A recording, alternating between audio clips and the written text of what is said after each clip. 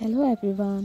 ಇವತ್ತು ಸಮ್ಮರ್ ಸೀಸನ್ಗೆ ಬೇಕಾಗಿರುವಂತಹ ಒಂದು ಹೆಲ್ದಿ ಜ್ಯೂಸ್ ಮಾಡೋದು ಹೇಗೆ ಎಂದು ನೋಡ್ಕೊಂಬರುವ. ಇದಕ್ಕೆ ಮೇಯ್ನಾಗಿ ಬೇಕಾಗಿರುವಂಥದ್ದು ಚಿಯಾ ಸೀಡ್ಸ್.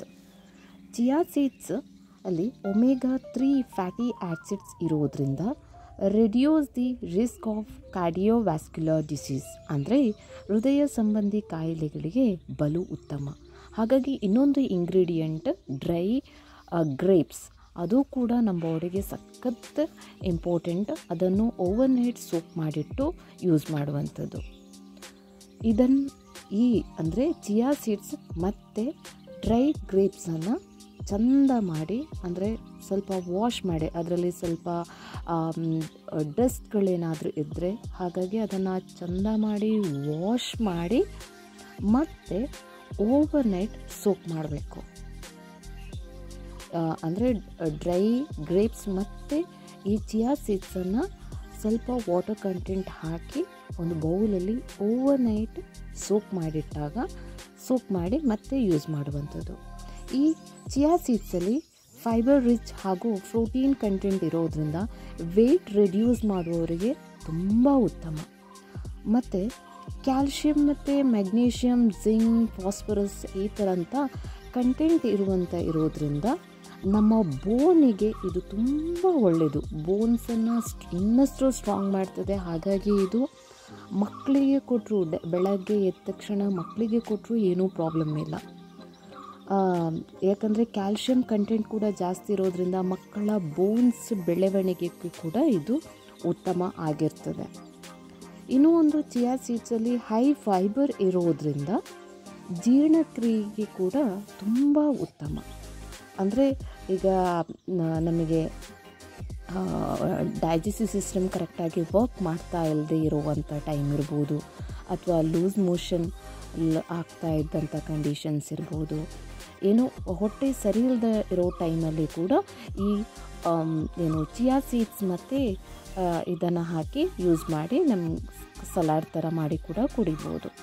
ಇನ್ನೊಂದು ಆ್ಯಂಟಿ ಆಕ್ಸಿಡೆಂಟ್ ಆಗಿ ಕೂಡ ಇದು ಆ್ಯಕ್ಟ್ ಮಾಡ್ತದೆ.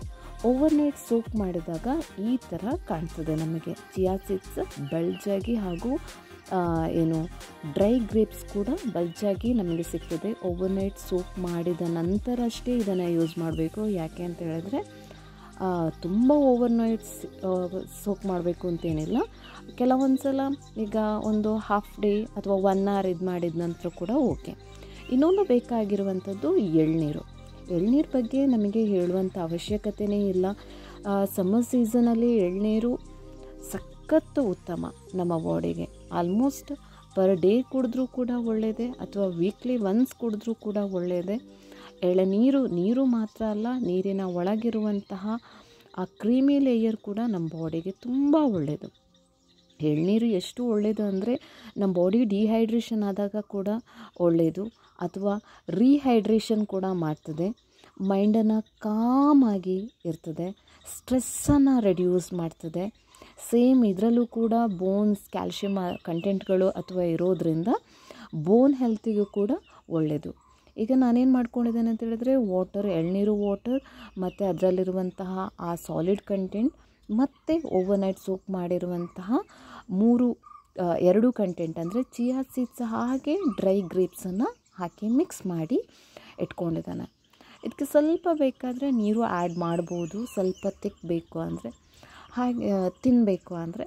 ಮತ್ತು ಅದಕ್ಕೆ ಸ್ವಲ್ಪ ಶುಗರ್ ಆ್ಯಡ್ ಮಾಡುವವರು ಮಾಡ್ಬೋದು, ಇಲ್ಲ ಅಂದರೆ ಏನು ಪ್ರಾಬ್ಲಮ್ ಇಲ್ಲ. ನಾನೊಂದು ಸ್ವಲ್ಪ ಶುಗರ್ ಆ್ಯಡ್ ಮಾಡಿದ್ದೇನೆ. ಶುಗರ್ ಆ್ಯಂಡ್ ಸಾಲ್ಟ್ ಸ್ವಲ್ಪ ಆ್ಯಡ್ ಮಾಡಿದಿದ್ರೂ ಮಾಡ್ಬೋದು, ಅದೇನು ಕಂಪಲ್ಸರಿ ಅಲ್ಲ.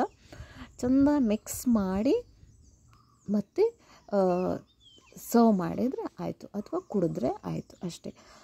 ಇಲ್ಲಿ ಎಳ್ನೀರು ಕೂಡ ತುಂಬ ಒಳ್ಳೆಯದಿರೋದ್ರಿಂದ BP ಕಂಟ್ರೋಲ್ ಮಾಡ್ತದೆ, ಶುಗರ್ ಕಂಟ್ರೋಲ್ ಮಾಡ್ತದೆ. ಅದು ಕೂಡ ಕಿಡ್ನಿಗೆ ಇನ್ನೂ ಒಳ್ಳೆಯದು. ನಿಮಗೆ ಗೊತ್ತೇ ಇದೆ, ನೀರು ಎಷ್ಟು ಕುಡಿತೀವೋ ನಮ್ಮ ಬಾಡಿಗೆ ಸಮ್ಮರ್ ಸೀಸನಲ್ಲಿ ಅಷ್ಟೇ ಒಳ್ಳೆಯದು. ಹಾಗಾಗಿ ಈ ಸಮ್ಮರ್ ಸೀಸನಲ್ಲಿ ಈ ಥರ ಮಾಡಿ ಕುಡಿಯೋದ್ರಿಂದ, ಅಥವಾ ಈ ಥರದ ಜ್ಯೂಸ್ ಮಾಡಿ ಕುಡಿಯೋದ್ರಿಂದ ಇಡೀ ದಿನ ಅಥವಾ ಫುಲ್ ಡೇ ನಾವು ಕಾಮಾಗಿ, ಅಥವಾ ಡಿಹೈಡ್ರೇಷನ್ ಆಗದೆ ಬಾಡಿಯನ್ನು ಹೈಡ್ರೇಟಾಗಿ ಇಟ್ಕೊಳ್ಬೋದು ಅಂತ ಒಂದು ಜ್ಯೂಸ್ ನಿಮಗೆಲ್ರಿಗೂ ಹೇಳ್ಕೊಟ್ಟಿದ್ದಾನೆ.